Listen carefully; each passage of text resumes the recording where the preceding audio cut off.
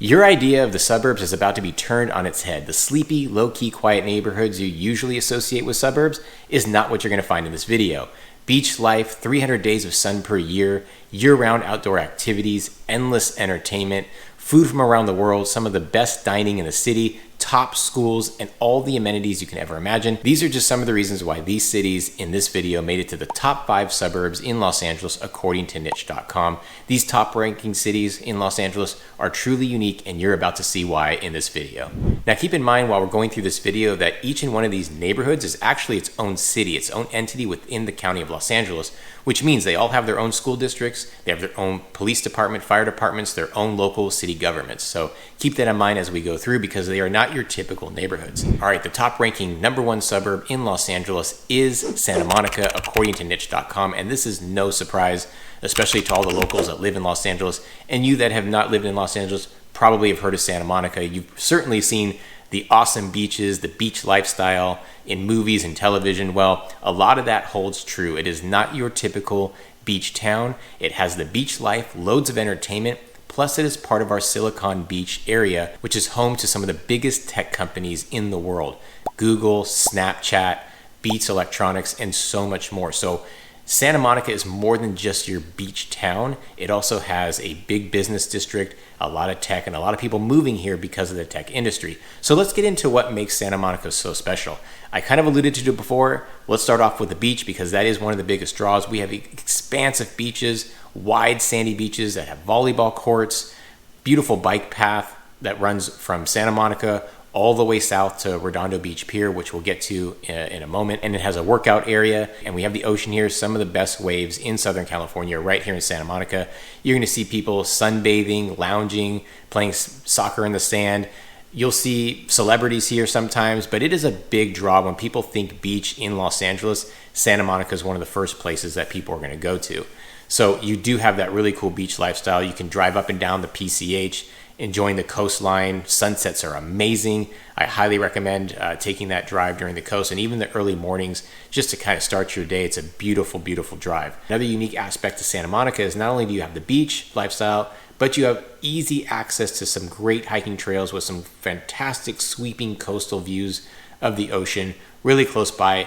It's part of the Santa Monica mountain system. Now, is it not technically in Santa Monica, but it is adjacent to and easy to get to.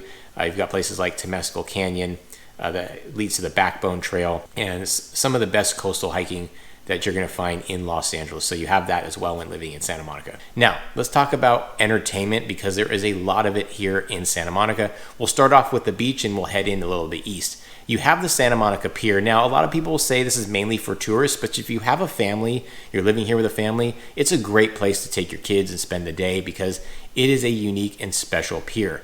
It has so much to offer, including a roller coaster, carousel, food, activities, fishing, arcade games. It has everything there, street performers, and it's just a fun place to be. You can do some great sightseeing, great people watching, and it's a big draw. It also has a fine dining restaurant called The Lobster, which is some of the most incredible seafood you will experience in Los Angeles. I highly recommend that as well.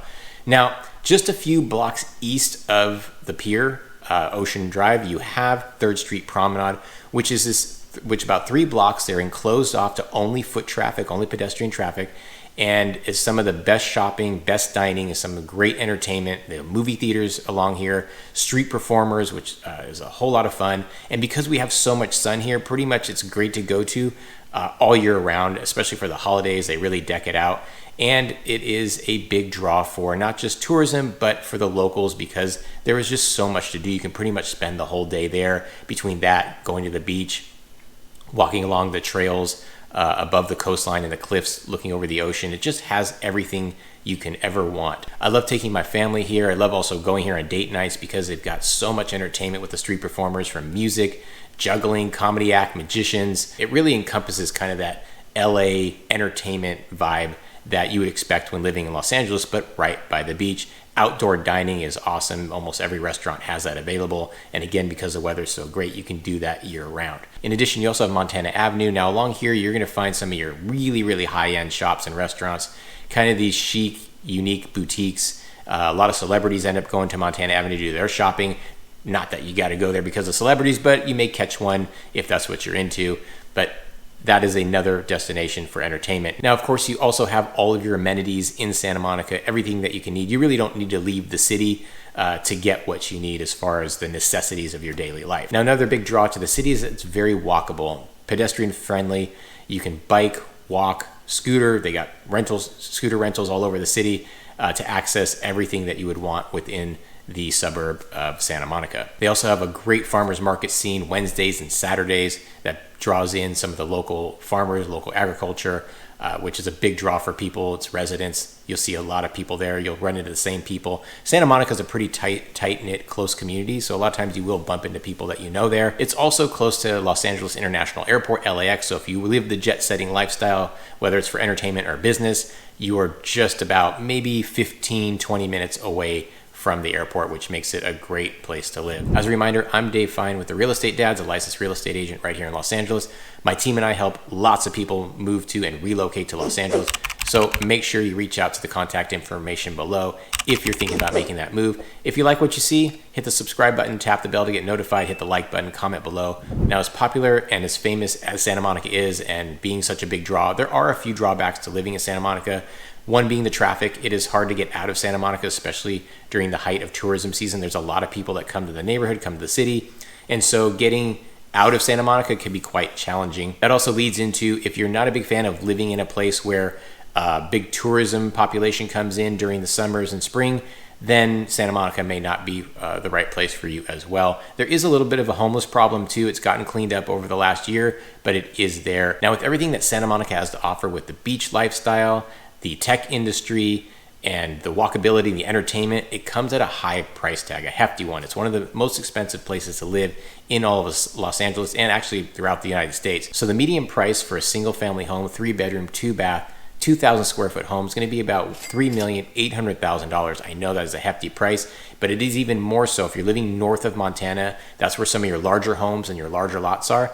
That actually median price is going to be around the $4 million range.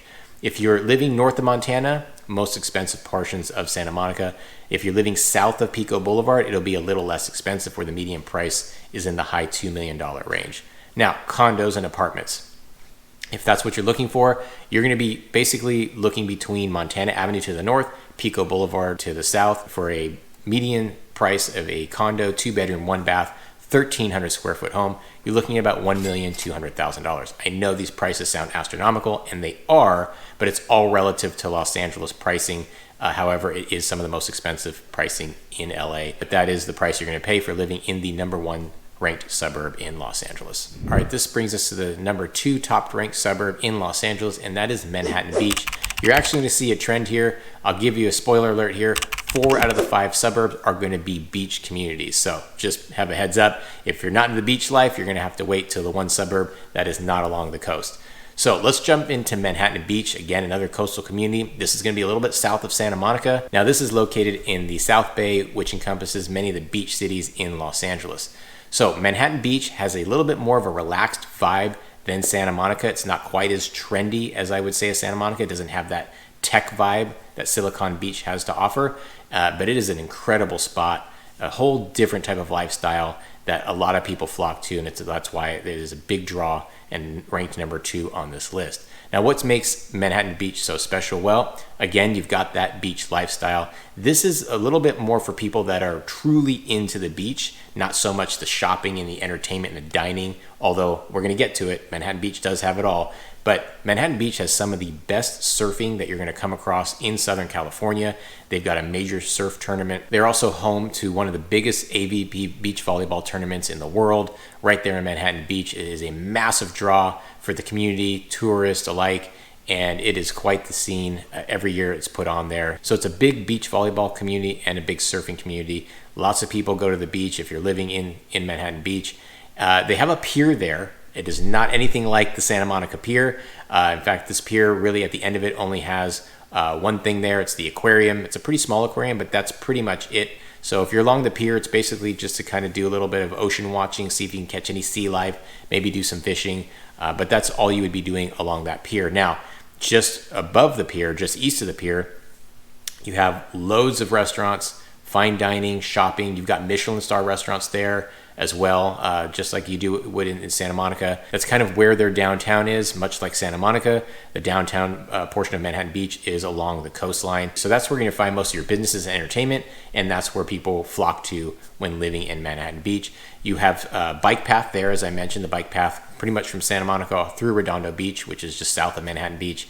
The famous area in Manhattan Beach is called the Strand, where you have the bike path there, and you also have a row of housing there as well, right off the ocean. So if you're living there, you've got unmatched views of the ocean, unblocked views of the ocean. You can people watch, sightsee, and it's some of the most expensive housing that you're going to come across in Manhattan Beach. Another big draw from Manhattan Beach is the school system. I didn't mention this in Santa Monica, and I should have. Santa Monica has some of the top ranked schools in the country, and so does Manhattan Beach. Another big draw for why people come to the community, especially if you have a family. Some of the best schools, elementary all the way up through high school. Great sports as well. So if that's something you're looking for and you want the beach lifestyle and you want something a little bit more beach feel, then Manhattan Beach would probably be your place. Now, Manhattan Beach does have all of your amenities as well. It's not just a coastal town with dining and entertainment. It also has all the amenities you can ever want. You don't ever have to leave Manhattan Beach to get what you need. They also have a great park system. One of the biggest ones is Pollywog Park, where they have festivities in there. It's a big park with playgrounds, open fields, picnic areas, and a nice place kind of right in the kind of the heart and center of Manhattan Beach. And like Santa Monica, Manhattan Beach is really close to LAX, Los Angeles International Airport. So again, if you're the jet setter life, you need to travel for business or pleasure, you are super close, making it a really good spot to live if you like to travel. Now, Manhattan Beach, being number 2 suburb in Los Angeles, of course, is going to come at a price. It is super expensive. Oh, before I jump into that, I will say, unlike Santa Monica, Manhattan Beach doesn't quite have the homeless issues and the traffic that you're going to find in Santa Monica. So let's talk about pricing for Manhattan Beach. Now, keep in mind, the closer you are to the Manhattan Beach Pier is going to be more expensive. And the reason for that is because that is where, again, the hub of Manhattan Beach is. It's where your downtown is, your entertainment, your dining, shopping, it's all there. So the closer you are to the pier, the more expensive it's going to be. So the median price for a 4-bedroom house, 2,100 square feet, is about $2,900,000. So still really high up there, but you can see it's significantly lower than Santa Monica. And if you're talking about a condo, 3-bedroom, about 1,800 square feet, you're looking about $1,900,000. All right, this brings us to the number 3 ranked suburb in Los Angeles, and that is South Pasadena. Now we are hitting on that one suburb that is not along the coast. In fact, this is much closer to downtown Los Angeles. So why did this one non-coastal community make it to the list? Well, I'm about to tell you right now. Now, if you want a small town feel, but yet still be close enough to the entertainment, close to downtown Los Angeles, South Pasadena is going to be your spot. It is in the San Gabriel Valley, small community, about 20,000 residents live in South Pasadena, and it is beautiful. Tree-lined streets with sycamores, magnolias, ash trees throughout the entire neighborhood. Has a really close-knit feel, a tight community. It just kind of feels like you're more of your typical suburb that you would expect, but with entertainment all around you. It has many local community parks, great for families, old growth trees that are kind of bent over, so kids love to climb on these trees. Of course, they've got playground equipment, but I love when you can bring your kids there and they're just climbing all over the trees. It kind of just brings nature and people together, and that's a big draw for the South Pasadena community. Really, the vibe here is kind of that small town USA feel. You've got this great market called Fresco Community Market. It has its own bakery, its deli, market, little goods it sells. And again, it brings in the community. Places like this make it a real special to live in a community like South Pasadena. And of course, it also has all of your amenities like your other neighborhoods we had mentioned before, including a Trader Joe's supermarket, which is really popular here in Los Angeles and Southern California. Now, you don't have the entertainment right within your South Pasadena city or South Pasadena neighborhood. It's actually all surrounded around you. So if you don't want to live right in the entertainment districts, then this would be a good option for you, because you can get to downtown Los Angeles in about 20 minutes or so, and you have everything there. You've got the Crypto Center, you've got LA Live, so all of your entertainment needs are right there. To the north, you have Pasadena, not to be confused with South Pasadena, but you have Pasadena, you have Old Town Pasadena, Colorado Boulevard. Again, super close, 15, 20 minutes you're there, and you have some really high-end shopping, great entertainment, movies, playhouses, just a fun vibe, that the great nightlife scene is there right there on Colorado Boulevard, Old Town Pasadena. Now you also are surrounded by some great outdoor activity areas, whether you like to hike, walking on trails, horseback ride is all there. One of the famous ones there is Arroyo Seco Park. It has everything that you would want for an outdoor enthusiast. It is very popular to go to among its residents. It's also a big draw for for people that live in other parts of Los Angeles. You have the Ernest Debs Park too, which is also a big draw. You've got golf courses, as I mentioned, horseback riding, equestrian centers. They're all right there. So if you like that type of outdoor activity, it's there. You won't get that beach lifestyle, but you do have access to some really cool hiking trails. You are also really close to the Huntington Library and Gallery. I've taken my family there many times. I love it there. It's a museum. They've got special events there. They've got a great Japanese garden, a Chinese garden. It's a really large, expansive area right close to South Pasadena, which is a great place to go for just spending the day, bringing family, bringing friends, bringing people from out of town. You can have tea there, lunch there. It's all right there. And again, not right in South Pasadena, but close enough. Again, you're about 15-20 minutes away. One of the bigger drawbacks for South Pasadena is that you don't have a lot of freeway access, and it takes time to get to your freeways to go north and south, east and west. Now, you do have the Metro Gold Line, so you don't necessarily have to be in your car. You can get into downtown or into Pasadena just taking the Gold Line there. But if you're not working in South Pasadena, but you live there, or you've got places to go, or you want to go to the beach, it is pretty tough to get to the freeways, and it's going to take you quite a bit of commute time, especially during traffic hours, just to get to the freeway system that's part of Los Angeles. Now let's talk about the cost of housing there. So a median price for a single family home, 3-bedroom, 2,200 square feet, is going to be about $1,900,000. Now, if you're looking for a condo, then for the median price of a condo for a 2-bedroom, 1,600 square foot condo is going to be about $1,200,000. All right, we are heading back to the beach, back to the coast for the 4th ranked top suburb in Los Angeles, and that is Hermosa Beach. Now, Hermosa Beach is part of the South Bay beach cities like Manhattan Beach. It's actually situated between Manhattan Beach and Redondo Beach to the south, and it's it's the smallest beach cities of the 3. Now, as far as vibe goes, a much different feel than Manhattan Beach. This is a little bit more what you expect for kind of a sleepy beach town. It's a little bit more tightly connected, less tourism. If you're in Hermosa Beach, most likely you live in Hermosa Beach. It has some draw from tourists, but not as much as a place like Manhattan Beach or Santa Monica. So what makes Hermosa Beach special? Well, of course, it is along the beach and along the coast, so we go back to having those beautiful, immaculate, expansive beaches, great volleyball courts. It's got the bike path along the Strand, again, connecting you to the rest of the coastal communities in Los Angeles. And it has a great relaxed vibe. Now, Hermosa Beach has that small town feel, much like South Pasadena, except now you have the beach vibe, the beach element to that small town feel. Hermosa Beach does have its own pier, like Manhattan Beach. There's really nothing to speak of along this pier, not even the aquarium. Basically, it just juts out into the ocean. So again, fishing, ocean life watching, people watching, that's about all you would do on the pier. However, coming off the pier, you have Pier Avenue, and that's where your hub, the kind of the downtown, the heart of Hermosa Beach is. That's where you're going to find your entertainment, shopping, some great dining, outdoor seating, of course, because, sun year round. So that's where you're going to go for most of your shopping, entertainment, Pier Avenue.